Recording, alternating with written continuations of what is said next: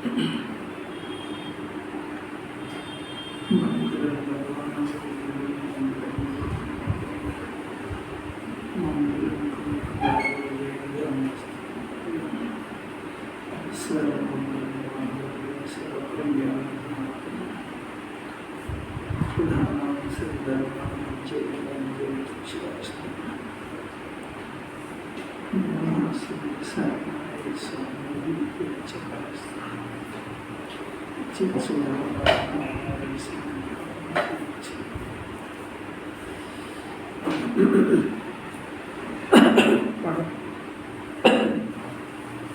की वाणी से जिसका हृदय भींग गया हो और जिसे आत्मा की लगन लगी है, उसका चित्त अन्यत्र कहीं नहीं लगता।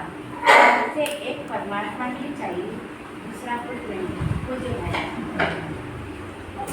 गुरु की वाणी को पहचान जाए तो ज्ञानी बन जाता है। गुरु की वाणी मैंने निर्ग्रंथ वाणी, निर्ग्रंथ मैंने ग्रंथ मैंने ग्रंथि, ग्रंथि मैंने गठान।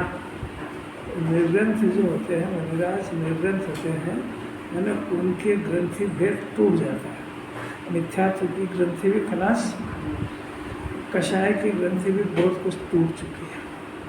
तो अंदर में निर्ग्रंथ दशा होने से बाहर भी निर्ग्रंथ बिना गठान के कपड़े तो होते ही नहीं, गठान में कपड़े ही नहीं होते, ऐसी निर्ग्रंथ दशा होती है। इसकी पहली शर्त है कि कषाय मिथ्यात्व की ग्रंथि टूटना चाहिए, तो ही निर्ग्रंथ दशा होगी। कभी शरीर से नग्न को निर्ग्रंथ नहीं कहते, शरीर से नग्न को, शरीर कपड़े रहित दशा शरीर नग्न को नग्न कहते हैं, निर्ग्रंथ नहीं कहते। निर्ग्रंथ शब्द तो सिर्फ मुनिराज पे लागू होता है। लिखा भी है, निर्ग्रंथों का मार्ग हमको पुराणों से मिला, नग्नों का मार्ग नहीं लिखा है। और कैसी अपूर्व बात है। और उनकी वाणी पहचान जाए, उनकी वाणी पे फिदा हो जाए। उनकी वाणी होती कैसी कि उनकी वाणी एक तो देव को प्रसिद्ध करती है, मैंने देव का निरूपण करती है। क्यों? क्योंकि जगत में कोई भी जीव देव का स्वरूप जानता नहीं है। वो जो जानते हैं, जो उस पथ पे बहुत आगे बढ़ चुके हैं, जैसे मुनिराज और इनकी संत, वही जिन्हें परमात्मा का स्वरूप बता सकते हैं। तो जिन्हें परमात्मा का स्वरूप जो जीव सुन लेगा, 3 लोक के हर देव से उसका मुँह खुल जाएगा, जैसा देव का स्वरूप है। ये उनकी वाणी से झरेगा, जगत का कल्याण हो, ये नहीं झरेगा उनकी वाणी से।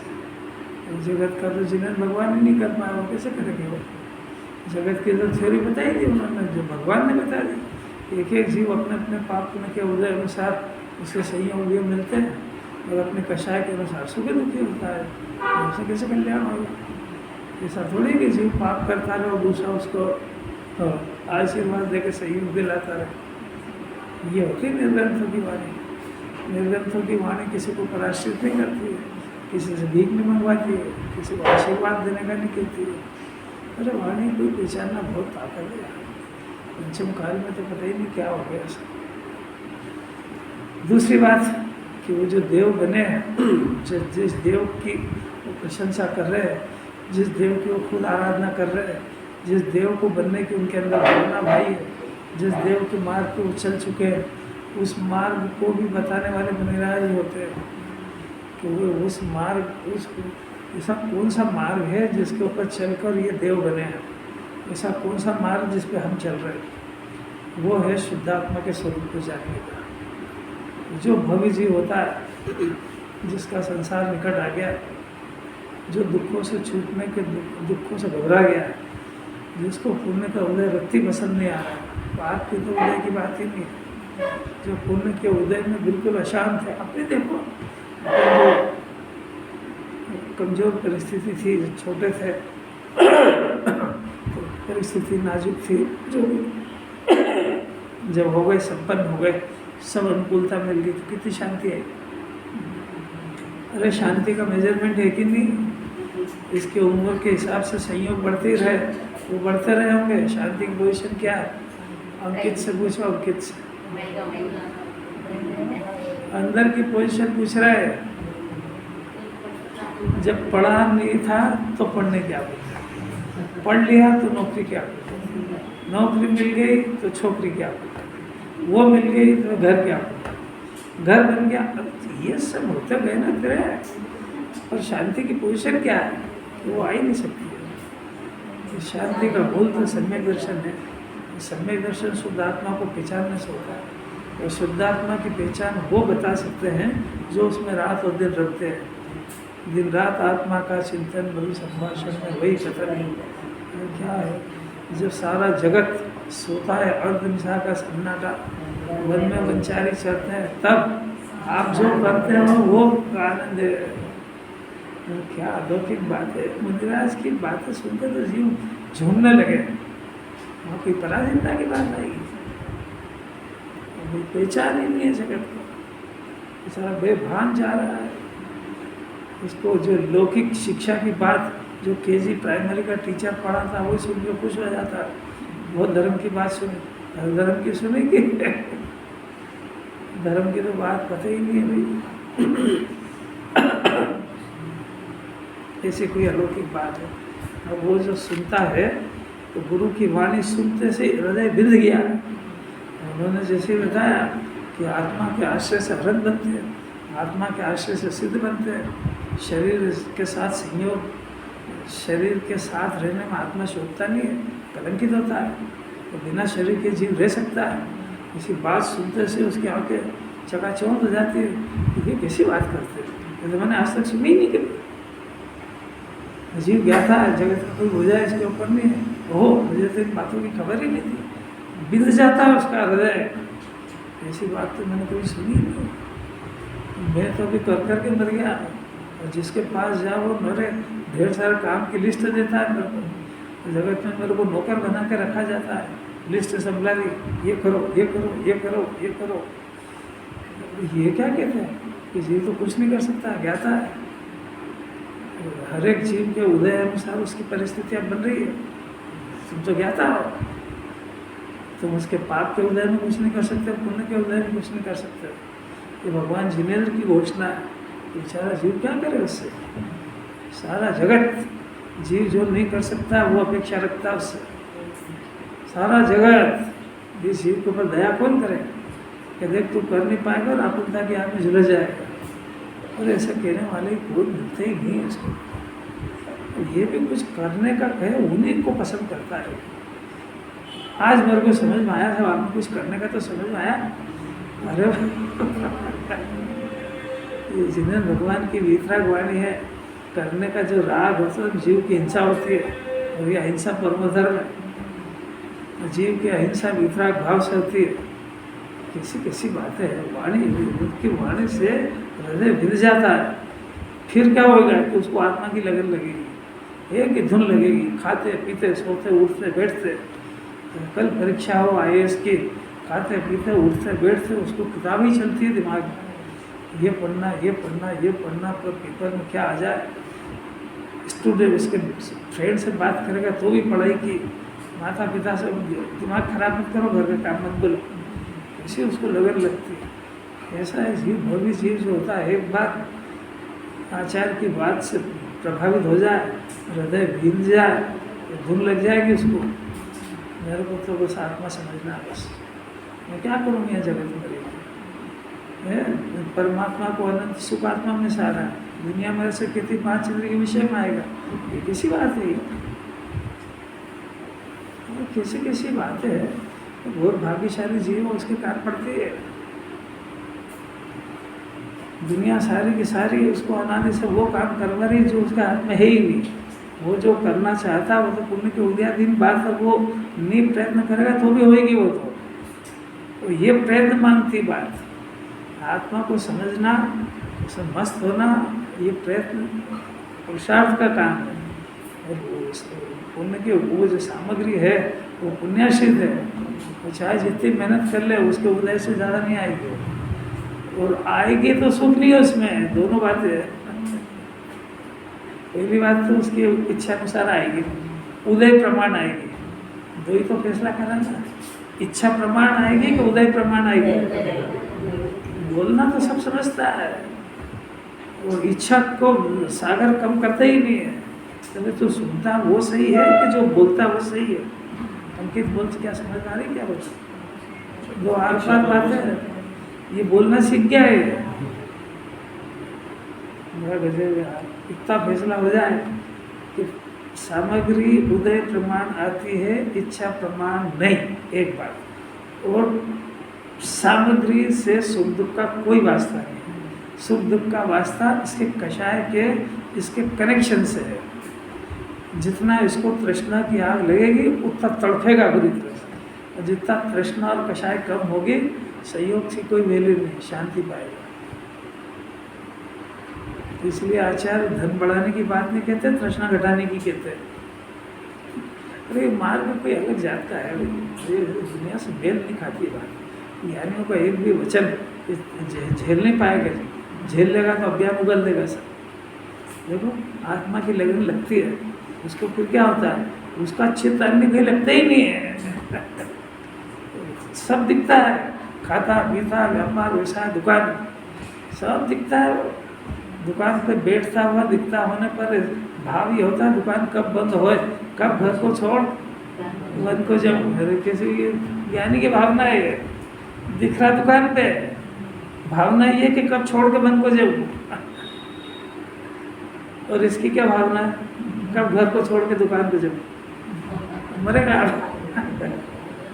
तो इसका चित्र कर लगता ही नहीं। उसको तो एक परमात्मा ही चाहिए।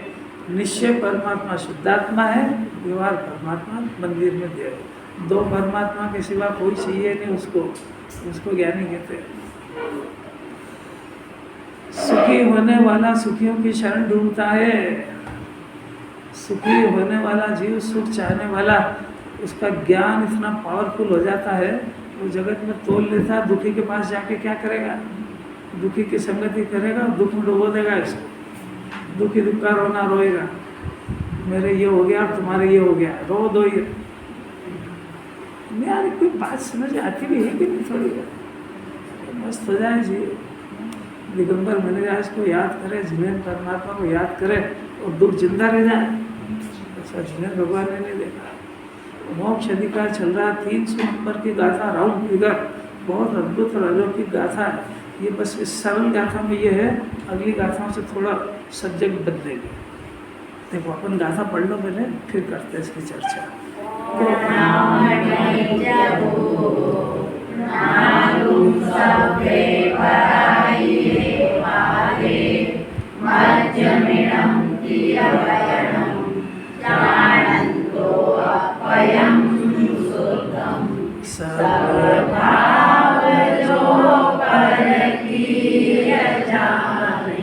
शुद्ध जाने आत्म को, वह कौन ज्ञानी मेरा है, यही यो वचन बोले रहूं। ज्ञानी की परिभाषा फिर से देते हैं। जीव भूल गया होगा। जो जीव तन मंदिर के अंदर शरीर में और पाप और पुण्य के विकल्पों के बीच में अपने को शुद्ध जानता, उसको ज्ञानी कहते हैं।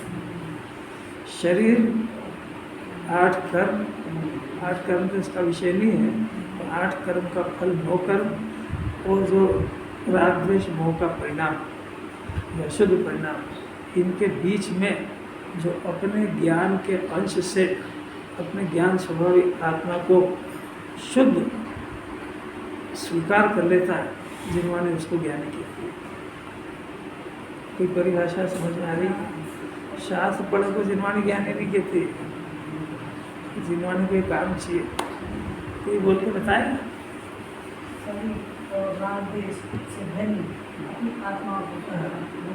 बहुत बढ़िया। अपने पास व्यक्त ज्ञान है, अपने पास संयोग में शरीर है, अपने पास रात और दिन आकुलता क्लेश का परिणाम भी है, इसमें सब गंदा परिणाम भी है, खाने का, पीने का, लड़ाई का, झगड़े का, ये भी सब है। यह अशुद्ध परिणाम है। शरीर उद्गत जड़ है, तो ज्ञान चेतना का अंश है। इस ज्ञान के अंश से जो अपने को ज्ञानमय, ज्ञान की पर्याय से अपने गायक को स्वीकार कर ले, ज्ञान के अंश से अपने को ज्ञाता स्वीकार कर ले, ज्ञान के अंश से ज्ञान का परिचय, ज्ञान के अंश से ज्ञान की जाति और रागादि की जाति को पहचान ले, और जो अपने जात से, अपने जात अपना परिणाम उससे मेल नहीं खाता है, ऐसा अदमेल परिणाम उससे मुख को मोड़ ले तो उसको ज्ञानी कहते हैं। सुनते जाओ, मस्त हो जाएगा जी। एक बार इसमें रस आ जाए, दुनिया की सब बात ठीक ही लगेगी उसको, कुछ दम ही नहीं है। जिनवाणी के नाम का अगर कोई बोलेगा तो वो खुद ही कह देगा अंदर ही अंदर कि कुछ समझता भी है कि नहीं समझता। उसको ज्ञानी कहते हैं। अब उसको जो ये पाप और पुण्य का परिणाम होता तो है कि हाँ होता है, तो होता है, उसको प्रभाव जानते हैं। तो उसके अंदर दो खाते खुल गए, एक स्वभाव का और एक प्रभाव का। तो क्या होता है स्वभाव? कि जो परिणाम अपने आत्मा के आश्रय से होता है उसका नाम स्वभाव है, जो परिणाम का विषय परद्रव्य हो उसका नाम प्रभाव है। आपको कौन से परिणाम होते हैं? परिणाम समझते नहीं।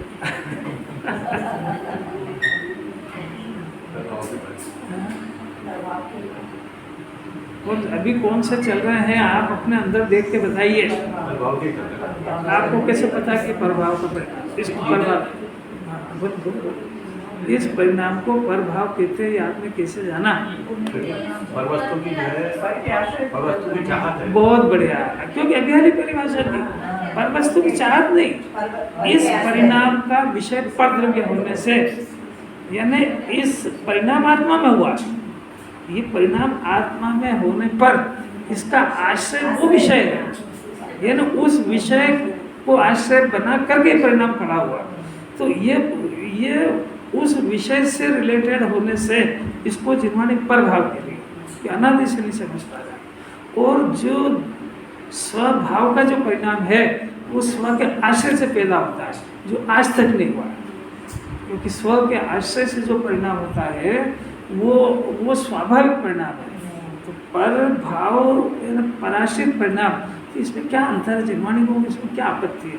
वो इसमें आपत्ति ये है कि वो जो पर भाव होता है ना, उसमें इस जीव को दुख होएगा और उसमें इसकी मुख की वृत्ति पर तरफ रहेगी और उससे भीख मांगेगा, और वो जिसको इसने विषय बनाया वो विषय कभी भी यहाँ अंदर नहीं आ पाएगा, कभी अनाथ से लेकर काल तक। यानी ये जीव अपने स्व चतुष्टय को छोड़कर जिसको इसने विषय बनाया आज तक वहाँ जा नहीं पाया और अनंत काल तक इसको छू भी नहीं पाएगा।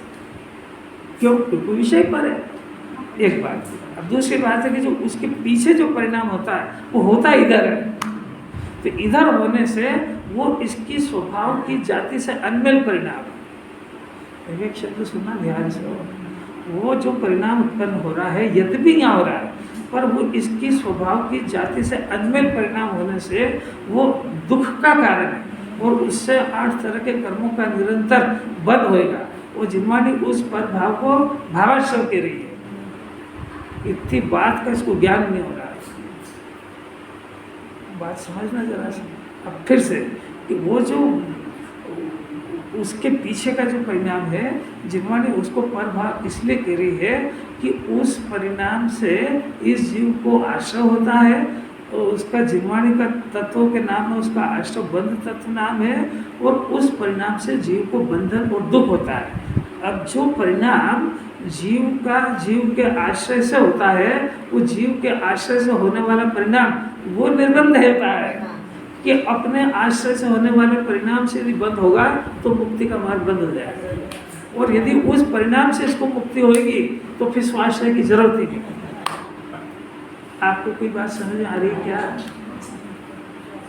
तो साहब अभी क्या करें, यहाँ तो स्वभाव का परिणाम पैदा भी नहीं हुआ, जानते भी नहीं, देखा भी नहीं, और ये परभाव भी चल रहा है, पर जो पर द्रव्य है उनकी भी रुचि चल रही है, उसके पीछे का परिणाम भी चल रहा है। अब हम ऐसे स्टेज में हम करें क्या? ये तो कैंसर तीसरी स्टेज पे चल रहा है। नहीं आ रही कोई बात समझ? बहुत खतरनाक पोजिशन में चल रहा है। उस केस को जिन्वाणी संभाल रही है। आपको कोई बीमारी भी समझ में आ रही है क्या? स्वभाव के परिणाम और बातें हुई प्रभाव के परिणाम होते हैं। अभी वो बात बता रहे हैं, पहले जो जिस ट्रैक पे चल रही बात उसी ट्रैक के अनुसार ही अपने ज्ञान को आगे बढ़ाते हुए समझते हुए चलो। अभी जो जो चल रहा है उसको अंदर में झांक करके देखो कि जो जिनवाणी कह रही है ये बात सत्य है, और ये बात मैं जो मान रहा हूँ वो सत्य है कि ये सत्य है। और दूसरी बात है कि बात मेरे को कुछ नई अटपटी समझने लायक लगती है कि खाली टाइम पास लग रहा है यहाँ पे, या आप अपना खुद का फैसला करो कि ये बात, अगर ये आप खुद तुलना करो कि ये बात अगर हम समझ लेंगे तो हमको सुख और शांति होगी कि नहीं होगी, क्या खाली टाइम पास करके जीवन बर्बाद होगा। और जो हम मान रहे हैं वो यदि सत्य मार्ग है तो आज तक शांति आई क्यों नहीं। ये हिसाब अपना अपना लगाओ और अपने ज्ञान को पुष्ट करो उसमें। अगर ये बात अपना ज्ञान सत्य स्वीकार कर रहा है तो ये आपकी पसंद है कि आप इसको पसंद करते हो कि जो अनादि की गंदगी है उसको पसंद करते हो। और वो तो अनादिकाल से देखा तो एक भाव हुआ तो अनंत भाव हुआ, स्वयं को देखा ही नहीं तो भाव करूँ तो यही तो प्रश्न अभी चल रहा है। प्रश्न मैंने यही खड़ा करा कि भाई अब आप आचार्य, आप ऐसी बात कर रहे हो। हमारी पोजीशन तो देखो, हमको स्वभाव का पता नहीं, स्वभाव का स्वाभाविक परिणाम पैदा हुआ नहीं, हमको अपने आत्मा का पता नहीं। हमारी स्थिति ये है कि हमारा ऊपर का पूरा परिचय है, हमारी स्थिति के हमारा ज्ञान परिपक्व विषय बना रहा है, और हमारी स्थिति इतनी खराब हो गई कि वो पर द्रव्य में हमको सुख लग रहा है। और ये कोई बताने वाला नहीं मिला कि ये ज्ञान कभी भी अपने स्वसत्ता को छोड़ करके पर द्रव्य के पास जा नहीं पाएगा और उसको बुला के नहीं पाएगा, और खाली इस भ्रम में इसका अनंत काल चला जाएगा। क्योंकि ये अगर उसमें चला जाए तो इसका नाश हो जाए, वो इसमें आ जाए तो इसका नाश हो जाए, तो ये वस्तु तो कभी बनेगी नहीं, और ये काम ही छोड़ता नहीं है। अब इसको इसके माथे में ऐसी ऊंधी कल्पना बैठ गई है कि वो उसके पीछे जो परिणाम हो रहा है बस उसी में मजा है, और वो मैं भोग भी रहा हूँ, अभी नहीं भोगा तो अब भोग के सुखी हो जाऊंगा। इस कल्पना में अनादिकाल चलाई। ऐसा केस जो जिसको समझ में आया वो आचार्य के पास हाथ जोड़ के पूछ रहा है कि मेरी पोजीशन तो आप समझो, आप जिसको कह रहे हो मेरे को तो उसकी एबीसीडी भी नहीं मालूम है। उसी केस की बात चल रही है कि उसका पहला सोपान दे रही जिनवाणी मोक्ष अधिकार है। मोक्ष का स्वरूप तो समझो, मोक्ष का स्वरूप ये है कि जीव, ओरिजिनल जीव विभाव रहित, विकार रहित और संयोग रहित, ये मोक्ष का स्वरूप है। परिभाषा रोज बदलते हो, अनंत चतुष्टय, मोह का पूर्ण क्षय हो जाना, ये सब अस्थि से बातें है।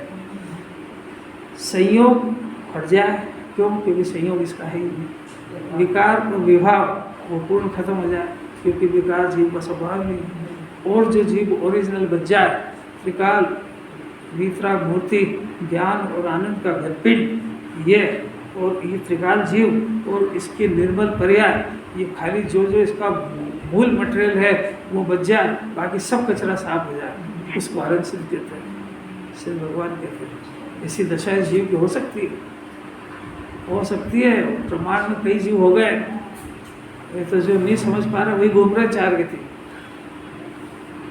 कोई घबरा मत, किसी से नहीं बोलो, समझ सब जाएगा कि आचार्यों को कहना क्या है। इसको कभी ये कल्पना भी है कि मैं बिना शरीर के अनंत सुख के रह सकता हूँ, और मेरे को ये परिणाम बार बार करने की जरूरत नहीं है। ये तो विभाव, तो दुख है, इस परिणाम के बिना मैं रह सकता हूँ। और ये परिणाम जो उत्पन्न हो रहा है, यही तो मेरे अनंत चतुष्टय को रोक के बैठा है। अब मेरी गलती है कि मैं इसी परिणाम को छाती से लगा के बैठा हूँ, तो वो निर्मल पर्याय का जन्म होए कैसे? आपको कोई समझ में आ रहा है? मन भी लग रहा है कि अब वो कोई ऐसा कहेगा कि इसमें कुछ न पढ़ते हैं न बताते हैं, खाली मन की ठोका करते हैं, तो तू निकाल ले इसमें से, तेरे पास बुद्धि हो। मोक्ष अधिकार में इतनी बात देखिए, आज मुंह लाल पीला हो जाता, शास्त्र तो पढ़ते ही नहीं। कैसी अपूर्व बात है। मोक्ष का स्वरूप बता रहे आचार्य, मोक्ष का स्वरूप बताएंगे तो फिर अब बात शुरू होगी। तब प्रश्न तो खड़ा हुआ है, तो ये आचार्यों से चर्चा होगी कि साहब मेरे को अब समझ में आया, अब आप जरा मेरे को थोड़ा बता। मेरे पास तो इतनी भी बुद्धि नहीं है कि मैं आपसे कोई प्रश्न कर सकूँ। भगवान आचार्य से बात कर रहे हैं, आप ही समझा दो कि भाई देखो ये जो अभी स्वरूप बताया इसके बिना जीव रह सकता है, तो फिर मैं क्या करूं कि ये सभी अलग हट जाए, विभाव भी हट जाए, संयोग भी हट जाए, और मैं सिद्धों जैसा सुख प्राप्त करूं और जंगल में जाके आपके जैसा आनंद भोगूं। आप तो मेरे को जल्दी बताओ, मेरे को ये कैसे पुण्य का भाव होता है और कैसे पुण्य का उदय आता है, मेरे को कुछ नहीं समझ में आया। कौन से परिणाम से मेरे को कितने आयु बनती है, मेरे को कुछ नहीं चाहिए। ये सब आगाती कर्म के उदय दिन मैं क्या करूँ उसको जाने। इतना प्रश्न हो रहा है क्या? तब आचार्य कहते हैं, ऐसा कहते हैं कि देखो जो जो चीज़ें उनके पास खत्म हो गई ना, पहले से तो उनसे रहित अपनी सत्ता को स्वीकार करो। अपनी सत्ता सबसे पहली बात, अपनी सत्ता को स्वीकार करो तो उस सत्ता के अंदर ये दोनों चीज़ें नहीं मिलेगी। आप दिखाएंगे कि सत्ता के अंदर इन दोनों चीज़ का प्रवेश नहीं है। भूपेश जी, दोनों चीज़ कौन सी?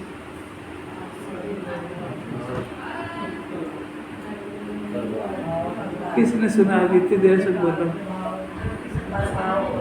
एक किसी ने बोला, बोलो।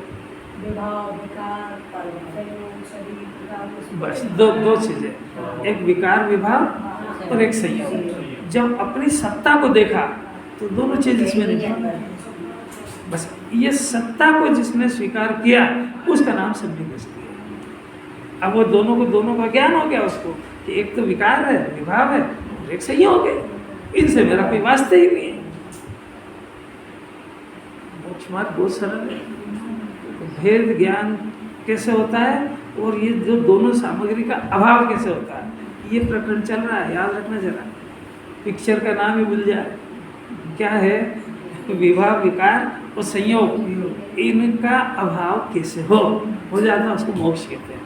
और इनके अभाव से पहले इनसे भेद ज्ञान होता है, तो इनसे भेद ज्ञान होने के लिए उधर से चलते हैं, बाहर से अंदर की ओर, और जब नष्ट होते हैं तो अंदर से बाहर की ओर चलते हैं। ये क्या बोला आपने? द्रव्यकर, भावकर, नौकर, ये तीन चीज।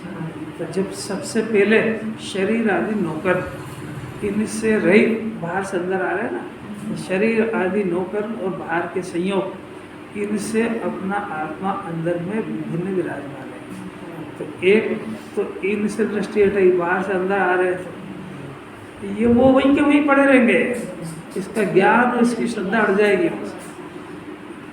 नौकर और संयोग, इसको मैं हूँ ऐसा मान रहा था, अब यहाँ से दृष्टि का करा उठापन और उसको लाए अंदर, तो इसका हुआ श्रद्धा में और ज्ञान में निषेध। ये मैं नहीं हूँ, मैं शुद्ध आत्मा हूँ जहाँ से ज्ञान की उत्पत्ति हो रही है, ऐसा दल ये नहीं। दूसरा वहाँ से अंदर आए, 8 कर्म, ज्ञानावरण आदि 8 कर्म, और उसके इन कर्मों के साथ में उत्पन्न होने वाला भाव कर्म, राग, द्वेष और मोह का परिणाम। ये मोह का परिणाम होता है कि नहीं? क्या होता है? कर्ता बुद्धि, एकत्व बुद्धि, कर्ता बुद्धि, भोक्ता बुद्धि, सुख बुद्धि, ये चारों ये मोह के संतान है। ये इनका राजा मोह है, ये विभाव है, ये विकार है, इनसे मेरी सत्ता न्यारी है। ये भेद ज्ञान हुआ। बस इन दो से ज्ञान न्यारा पड़े और शुद्धात्मा को स्वीकार करे तो मोक्ष स्वाभाविक आत्मा की श्रद्धा हो जाती है। फिर उसके ज्ञान में 2 खाते खुल जाते हैं, एक पर का और एक स्व का। स्व के अंदर शुद्धात्मा आता है, पर के अंदर भाव, मोह, राग, द्वेष का परिणाम और शरीर, लोकालोक, ये सब पर के खाते में चला जाता है। ये काम जिनवानी को कराना है।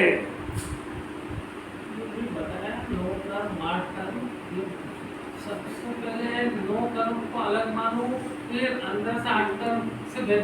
अभी हाल क्या सिखाया? पहले जो है सबसे पहला इसका परिचय 9 कर्म से है कि उससे 8 कर्म से ज़्यादा दिमाग खराब किसके पीछे होता है? अच्छा, आप तो बाहरी भेद ज्ञान करके बताओ, अपने शरीर की चिंता कितनी होती है, परिवार की कितनी होती है, पत्नी और बच्चों की? देखो ये पागलपन के चिन्ह देखो। अब बोलते क्यों नहीं? यार जो प्रश्न करा इसको पता लगा कि ताऊत है। अरे अपने शरीर की भी करे तो थोड़ा समझदार है, ये तो इतना आउट चला गया। देखो ना, अपने को पाप जो करता है, कोई भी व्यक्ति वो जो कमाता है ना 8 घंटे, वो अपने लिए नहीं करता है इतना, तो सारा परिवार के पीछे मरा जा रहा है, और परिवार यही मजा करेगा और वो गाय भैंस बनेगा अगले जन्म में। इतनी बात भी समझ जाए इस जन्म में तो निहाल हो जाएगा। एक पोर्शन अब दूसरा पोर्शन जहाँ जहाँ इसका ज्ञान अटका वहाँ से इसको निकालना पड़ेगा। तो अब इसको जितवानी समझाए कि भाई उसका द्रव्य क्षेत्र काल भाव उदय सब कुछ तो नहीं आ रहा है, तो उसको अपने साथ मानता कैसे है, और उसके पीछे स्वच्छंद होकर पाप करता है? तेरी बुद्धि समझ नहीं आती कुछ। अरे अपने लिए पाप करे तो भी ठीक है, अब तू तेरे शरीर के लिए पाप करे, कमाए खाए, तो एक बात समझ में आती है, तो उनके उदय के अंदर डिस्टर्बेंस करता है। अरे कौन कहेगा ऐसी बात? अब फिर दूसरी बात है कि फिर अंदर इनको बस यहाँ छोड़ दिया, इनसे भेद ज्ञान करने का अर्थ है कि इनसे दृष्टि हटाना, इनको भी चाकू से छील के बाहर थोड़ी फेंकना है। इसके अंदर श्रद्धा ज्ञान में इन पदार्थों के ऊपर कब्जा करके बैठा था, वहाँ से कब्जा उठा करके अपने ज्ञान में उनके जो संपर्क चल रहा था उसकी इकट्ठी कर दो कि नहीं, ये मैं तो वो हूँ जो जिन्हें भगवान ने देखा है। इस अज्ञान और आनंद का गोला भले नाम नहीं आता, और मैं तो एक अमूर्तिक चेतन सत्ता हूँ, ऐसा लेके आओ। जब ये वहाँ से थोड़ा अंदर आएगा, थोड़ी उसकी पकड़ ढीली होगी, तो थोड़ा बहुत विचार भी चलेगा। एक बात समझ लेना, जितनी संयोगों की रुचि होगी उतना ज्ञान का हीनापना होएगा। जितनी कषाय की रुचि होगी उसमें ज्ञान डल पड़ता जाएगा। ये कषाय की मंदता, वो कषाय के अभाव से ज्ञान तेजी से बढ़ता है। वो 11 अंग 9 पूर्व का धारी, उसकी कषाय मंद थी, इसीलिए 11 अंग 9 पूर्व का ज्ञान हो गया। तीव्र कषाय को नहीं होता है। तो यहाँ भी अगर इसकी कषाय तीव्र होगी तो ये शिकायत करता है, करेगा, मेरे समझ तो आती ही नहीं कुछ। ये बताती बात तेरे को पढ़ने की रुचि भी बहुत है और कषाय की पकड़ भी बहुत है, इसलिए वो जो श्रद्धा ज्ञान को नहीं पकड़ पा रहा है। अरे बात कौन सुनाएगा, कौन बताएगा इसको? खुद ही का इलाज करना और खुद ही को समझना है, किसी से पूछने की जरूरत नहीं है। क्योंकि तेरे पास रुचि तो है, तेरे को दूसरी बातें भी याद रहती है, दूसरी जगह से पुरुषार्थ भी लगता है, यहाँ क्यों नहीं लगता है? तो यहाँ तो स्पष्ट बात है कि तेरी प्रवृत्ति भी बहुत ज़्यादा है और तेरे कषाय की रुचि भी बहुत है, इसलिए तेरे को ये न क्षुप ज्ञान बढ़ेगा और न आत्मा की रुचि बढ़ेगी। समझता हूँ, समझ जाए नहीं, मज़ा नहीं आ रहा, पंकज जी कुछ काम समझ में नहीं आ रहा। अभी मैं शुरू ही नहीं कर पा रहा हूँ बात, क्योंकि प्राथमिक भूमिका है। अब ये इतना भेद ज्ञान हो जाए, अब उसके पास दूसरा काम आया कि साहब इनको नहीं आ रहा, तो मैंने जान लिया, मैंने ज्ञानी बन गया। अब इनका नाश कैसे होता है? बात समझ में आई? किस किस से भेद ज्ञान हुआ? मोह राग द्वेष के परिणाम से, 8 कर्म से और संयोग से। इससे भिन्न जान लिया तब तो ज्ञानी हो गया। अब ये तो अभी मोक्ष, अभी तो उसको मोक्ष मार्ग की शुरुआत हुई है। अब प्रश्न तो उसका आगे है कि मेरे को तो सिद्ध बनना है, तो सिद्ध बनने में इन तीनों का अभाव होगा। तो उन तीनों के अभाव की प्रोसेस क्या होगी कि सबसे पहले भाव कर्म का नाश होएगा, तो वो गुण स्थान 12वां हो जाएगा। जब कषाय का स्वरूप जाना तो गुण स्थान 4था हो गया, और जब ये कषाय नष्ट हो गई तो गुण स्थान 12वां हो जाता है, भाव कर्म खलास। पहले उधर से भेद ज्ञान हुआ था, नष्ट इधर से होता है।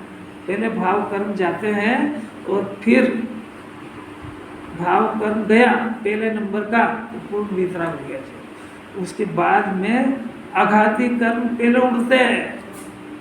8 कर्म में से 4 आघाती कर्म, घाती कर्म, चारों घाती कर्म का पहले अभाव होता है, और फिर 4 आघाती गए और शरीर भी गया। समझ में आया? जाने का क्रम इधर से, भेद ज्ञान का क्रम उधर से है, इसको मोक्ष कहते हैं। आया कि समझ में आया? अंकित ने कुछ थोड़ा बहुत भी पल्ले नहीं पड़ रहा समझने का प्रयत्न करो। आखिर इसको सिद्ध बनना है तो इसकी मेहनत से बनेगा। ये जैन दर्शन में किसी की कृपा से कुछ नहीं होता, यहाँ पुण्य भी किसी की कृपा से नहीं बनता। ये खुद कषाय बंद करेगा तो पुण्य होगा, दूसरे कृपा से थोड़ी होता है। ये भगवान का स्वरूप नहीं जानेगा तो भीख भी मांगेगा हमसे, तो मेरे स्वामी हाथ बढ़ा कर तारो तो वो कोई तेरे नौकर है, वो देखेंगे ही नहीं तेरी तरफ। इतनी बात समझ में आई। अब 300 गाथा शुरू करते हैं, इसको समझ में आया कि आचार्य को क्या कराना है। देखो, सर्व भावों को दूसरों का जानकर कौन ज्ञानी? पहले ज्ञानी की परिभाषा ये सुनो। ज्ञानी उसको कहते हैं जो अपने को शुद्ध जानता हुआ। गाथा लिखी कैसी है, आचार्य की स्टाइल क्या है? शुद्ध ज्ञानी किसको कहते हैं?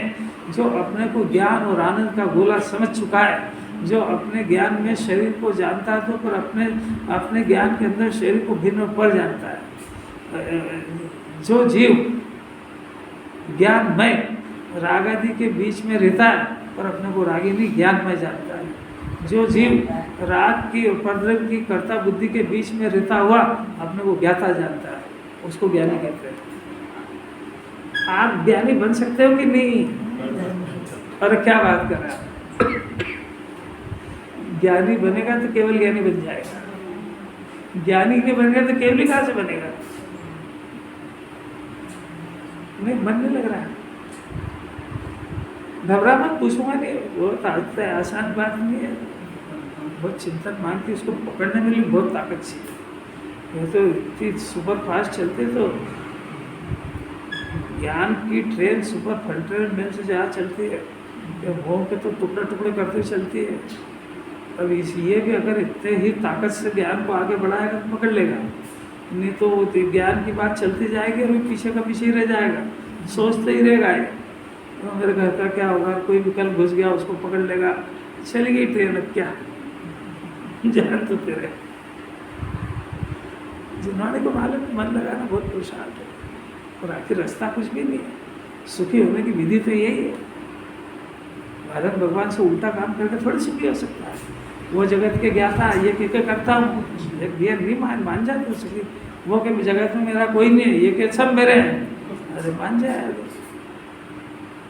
वो कह रहे हैं कि तेरी तृष्णा कषाय से दुखी हो रहा है, ये के वही मेरा स्वभाव, उसकी तो पूर्ति करना है, मान जाए। वो कह रहे हैं क्रोध मान माया लोग इस सर पे तेरे को डस लेंगे, ये कि इनसे ही तो मेरे को प्रयोजन हल होता है, अगर मैं मान नहीं करूँ मेरे को पूछे ही नहीं। आपको कुछ ज्ञान अज्ञान का परिचय करते जा सकते। अब जिसने अपने आत्मा को शुद्ध जान लिया, वो जीव अपने स्वभाव अपने स्व के आश्रय से एक वितराग परिणाम पैदा हुआ, शुद्ध अपने को जाना और शुद्धता का जन्म हुआ, ऐसा जीव ज्ञानी बन गया। अब वो उसके जो राग द्वेष के और बचे हुए कषाय के परिणाम हो रहे हैं, वो कौन कहेगा कि मेरे? आचार्य पूछते हैं कौन कहेगा? वो जो कह रहा है वो अज्ञानी है। किसको? अपने खुद के परिणामों को,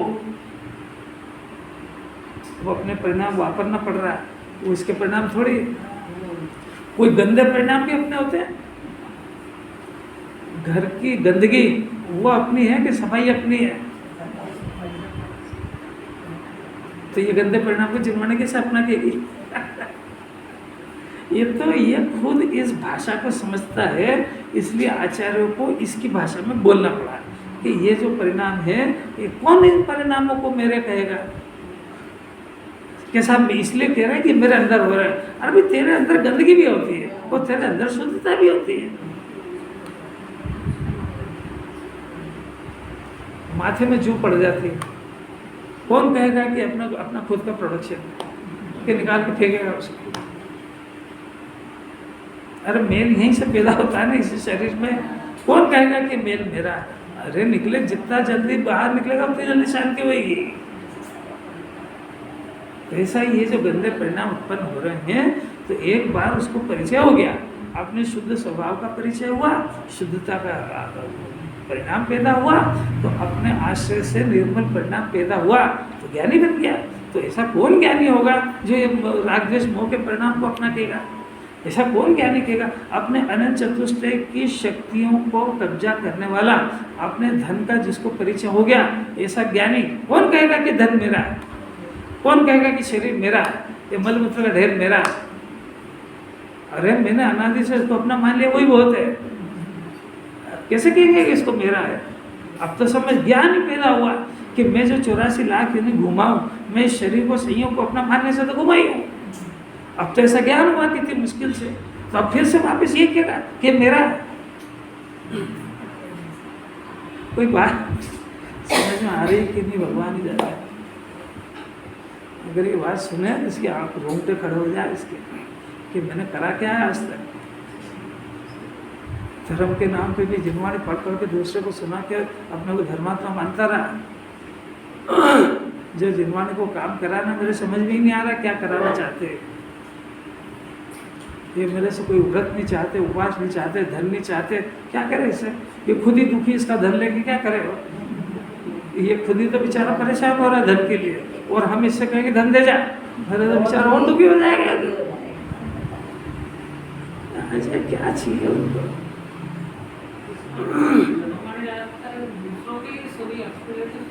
ये कपड़े भी दूसरों के लिए पहनता है। जब कपड़े खरीद के लाता है तो पहन के खड़ा होकर पहले पूछता है तो कैसा लग रहा है? अरे तू तेरे लिए खरीद के लाया। ये इसी को तो बहिरात्मा कहते हैं। ये आज तक इसने सुना था ऐसा प्रयत्न क्या करा? ये अपने घर में जब देखो शांति से देखना, अपने घर में अकेले भोजन करना है तो जीरा और रोटी खा लेगा, और कोई दूसरा आया तो अरे ये आए हैं तो वो आए तो वो भी खा लेंगे, उसके घर तो खाते ही था।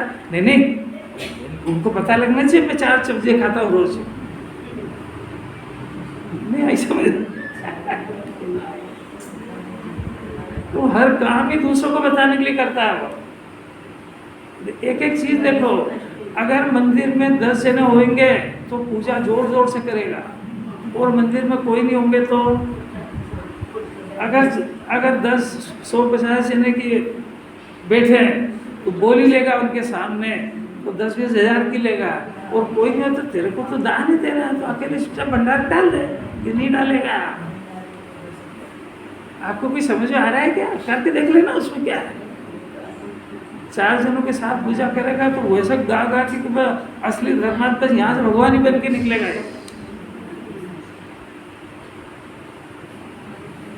अरे माला फेरते फेरते देखेगा कि कोई मेरे को देख रहा है कि नहीं।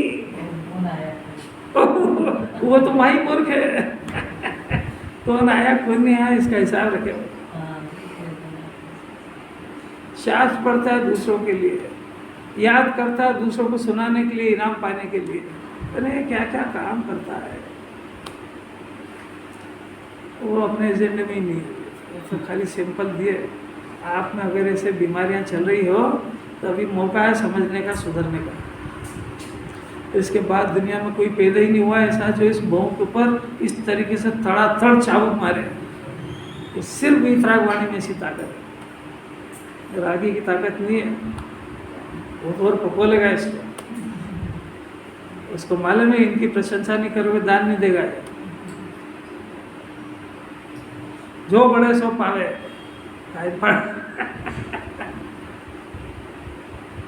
बहुत वार है वितरागियों के वार, रागी नहीं झेल पाएगा। झेल लेगा तो राग उगल देगा। सर्व भावों को दूसरों का जानकर एक बार अपने ज्ञान के अंदर अपना स्वभाव और ज्ञान परिणाम पैदा हुआ, इस परिणाम को दूसरे का जान लिया, ज्ञानी बन गया। अब ऐसा कौन बोलेगा कि परिणाम मेरा है, ये संयोग मेरा है। अरे अनादि की गलती तो पकड़ में आई। ऐसा कोई नहीं कहेगा कि भाव मेरे, ऐसे वचन भी नहीं बोलेगा। वचन नहीं बोलेगा का अर्थ ऐसा नहीं मानेगा। वचन बोलने का अर्थ ऐसा बोलने का नाम व्यवहार है। अगर ज्ञानी ऐसा बोल रहा है तो जानो कि वो व्यवहार की भाषा बोल रहा है, पर अंदर में जो ज्ञान अपने आत्मा को अपना मानता है वो ज्ञान अपने आत्मा से भिन्न पदार्थों को अपना नहीं मान सकता है, क्योंकि ज्ञान एक चीज का मालिक होता है, दो का नहीं होता है। तो जिस ज्ञान का मालिक बना अपनी शक्ति अपने वैभव पे आ गया है, वो ज्ञान स्वप्न में भी ज्ञेयों पे अपना तो नहीं कर सकता है। करेगा उसे क्षण मिथ्या दृष्टि हो जाएगा। अनंत काल में आया हुआ चिंतामणि रत्न उसके हाथ से चला जाएगा। आए ही कहाँ आगे हाल तो ये बात सुनने ही अनंत पुरुषार्थ है। अभी तो संयोग के विपरीत बोलने वाले का गला नहीं पकड़ता, यही बहुत बड़ी बात है। आज क्या कहते हो आप? मेरे बच्चों को पराया कहते हो आप? आप क्या कहते हो? मेरे धन को, घर को, आपको जलन होती होगी, इसलिए आप कहते होगे ये तो पर है। और ऐसा बना के और कमा के देखो जरा, मालूम पड़ जाएगी। इतना ही बहुत है, इतना नहीं बोलता। अरे क्या कह पुरुषार्थ है। यहाँ तो 3 लोक का वैभव, इतनी ताकत कैसे आएगी? उसके आदर्श से समोशरण में जितनी विभूति है 3 लोक में किसी देव के पास नहीं हो सकती है। पर उस देव को तो देखो, वो झांकते ही नहीं है उसको। तो जब इतना बड़ा वैभव, वो देव उसकी तरफ झांकने की फुर्सत नहीं है, और ये जरा से पुण्य के उदय की सामग्री वो अपना मानेगा, तो सीखता क्या है उनसे? कैसी बात है। उनसे देव से कुछ सीखो तो सही। उनको फुर्सत ही नहीं आँख खोल के देखने की, और वैसा वैभव किसी के पास हो नहीं सकता। इतना ऊंचा पुण्य का उदय किसी के पास है ही नहीं। तो जिसके पास जरा सा 2 कौड़ी का पुण्य का उदय, वो मर ही जा रहा है, और उनको झांकने की फुर्सत नहीं है। और वो यही सिखा रहे हैं कि पुण्य के उदय को चाहे इतने से को, चाहे इतने बड़े को, अपना मानना यही मिथ्या दर्शन है। चाहे उदय इतना सा हो, चाहे इतना बड़ा हो। विकार तो ऐसे ही है, विकार का कारण तो ऐसे ही है। बहुत ताकत है ऐसे। जितने लेवल से और जितने पावर से बातें चल रही ना, उतने पावर से पकड़ ले बस, पूरा हो जाएगा पूरा। कौन बोलेगा? बोलने का नाम व्यवहार है। ज्ञानी बहुत बोलते हैं। 6 कण का अधिपति बोलता है, 6 कण का मालिक मैं हूँ, पर वो खाली बोलते ही है, मानता नहीं है। क्योंकि वो आत्मा को अपना मानता, वो अनंत चतुष्टय की खान को अपना मानता, पुद्गल के ढेर को कौन अपना मानेगा? जो आत्मा के आनंद के सुख को भोगने का रसिया होता है, वो पुद्गल रस को क्या भोगेगा? वो 3.5 तिनके की तरह जानता है वो। कैसी बातें हैं। थक गया होगा, जीव घबरा गया, क्योंकि बहुत पावरफुल बातें हैं ना। इसकी सब अनादिकाल के कषाय का नशा उतर जाता है इसमें। बहुत ताकत भी चाहिए झेलने की। हो इतने सब लोगों की इतनी पात्रता बन गई, इसलिए इतने पावर बोलते हैं। बाकी सुनने का पात्र भी नहीं कोई, किसको सुना है। अब टीका चलेगी।